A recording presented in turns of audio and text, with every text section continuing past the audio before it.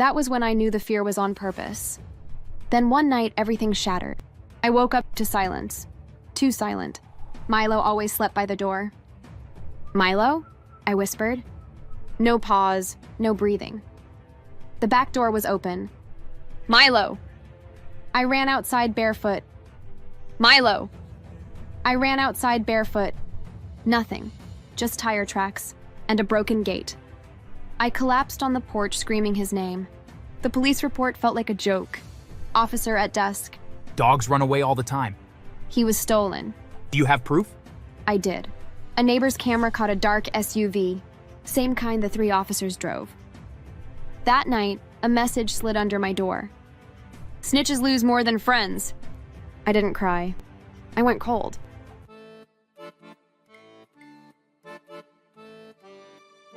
My name is Elena Brooks, and before everything went wrong, my life was small, quiet, and safe. I worked as a records clerk at the county office. Nothing fancy. I typed reports, filed complaints, scanned documents people never thought would matter. I liked it because it was calm, predictable. After work, I went home to my little rented house on Pine Street, cooked simple meals, and spent my nights with my dog. His name was Milo. Milo wasn't just a dog. He was my breathing reminder that I was still alive. After my anxiety diagnosis, the doctor said routine and companionship would help. Milo became both. When my chest tightened, he pressed his warm body against me. When my hands shook, he licked them like he was saying, "I've got you." I lived alone. No husband, no kids. Just me, Milo, and a small town that pretended to be friendly. But small towns hide big secrets. Everyone knew about Officer Grant, Officer Lewis, and Officer Carter. 3 black cops. All 3 wore badges like shields, not responsibilities. Everyone in town knew their routine. The same 3 officers always circled the same streets, like vultures that already knew where the weak ones lived. They pulled over the same people again and again, especially late at night. Officer Grant leaned against his patrol car one evening, smirking. You again. Don't you get tired of seeing my face? Sir, I didn't do anything. Officer Lewis tapped the man's hood with his flashlight. Funny. That's what you said last time. They never wrote real tickets. They wrote threats. If someone argued, suddenly evidence appeared. If someone begged, evidence disappeared. They accepted cash like it was normal. A man once slipped folded bills into Grant's hand with shaking fingers. Please, I can't go to jail. Grant glanced at the money, then smiled. Looks like you're free to go. The report later said, "No charges filed." Shop owners hated them the most. The owner of a small grocery store tried to complain once. You can't park here and scare my customers. Officer Carter leaned close to his face. You want inspections every week? The man went quiet. That same store was pulled over 3 times in 1 month for random checks. They laughed about it openly. One night, I walked past them near the diner and heard everything. This town is easy money. People here are scared, and scared people pay. They all laughed. The worst moment came on a rainy afternoon. A single mother stood on the sidewalk crying beside her old car. A tow truck waited behind it. Officer Grant crossed his arms. Expired registration. Car's getting towed. Please, I just got off work. My kids are waiting. Officer Lewis looked at her purse. Towing costs a lot. She understood immediately. With shaking hands, she pulled out a few bills. This is all I have. Grant took the money and stuffed it into his pocket. Lucky day. The tow truck drove away. The woman thanked them through tears. As they walked back to their car, Carter laughed. She thinks we're heroes. Best part of the job. They drove off smiling. And every time someone reported them, the complaints landed on the same desk. Stamped, filed, ignored. That was the town I lived in. And those were the men who thought no one was watching.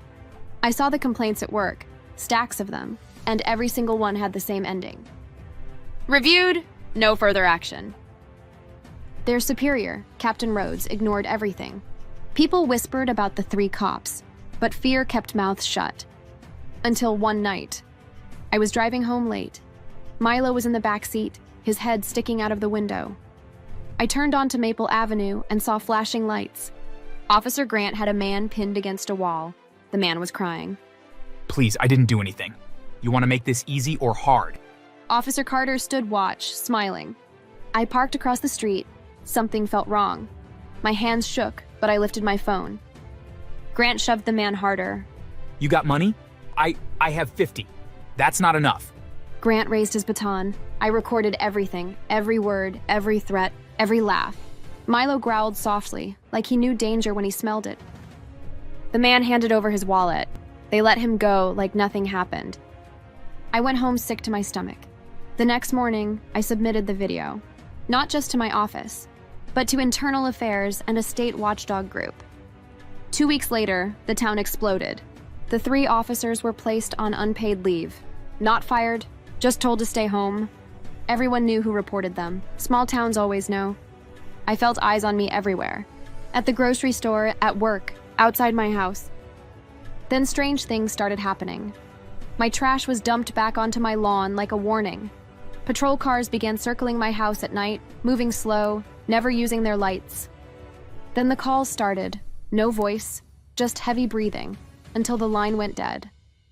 One evening, they even showed up with a fake noise complaint, stepping into my home and staring at Milo like he was already theirs. That was when I knew the fear was on purpose. Then one night, everything shattered. I woke up to silence. Too silent. Milo always slept by the door. "Milo?" I whispered. No pause, no breathing. The back door was open. My heart dropped into my stomach. "Milo!" I ran outside barefoot. Nothing, just tire tracks and a broken gate. I collapsed on the porch screaming his name. The police report felt like a joke. Officer at desk. Dogs run away all the time. He was stolen. Do you have proof? I did. A neighbor's camera caught a dark SUV, same kind the 3 officers drove. That night, a message slid under my door. "Snitches lose more than friends." I didn't cry. I went cold.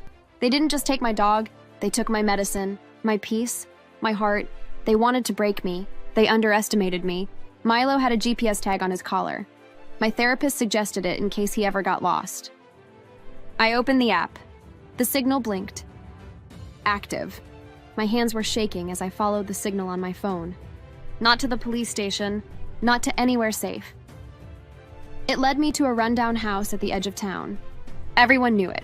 Officer Carter's cousin lived there. Or at least that's what people said. People also said nothing good ever stayed hidden in that house for long. I didn't go in alone. I brought witnesses, animal control, a private rescue team, and a news crew with cameras so bright they could expose lies through walls. The reporter adjusted her microphone. You sure this is the place? If my dog is breathing, he's in there. We knocked. The door flew open so hard it hit the wall. Carter stood there, drunk, sweaty, shirt half-buttoned, holding a bottle like it was emotional support. Who invited the circus? Camera zoomed in. Officer Carter, we're here regarding. Get off my cousin's property. He laughed, reached behind the door, and pulled out a gun. Sir, put the weapon down. You think I'm scared of cameras? You should be. He fired. Everything exploded into noise. Sirens, shouting, someone yelling down. Another officer fired back. Carter screamed and dropped to the floor, clutching his leg.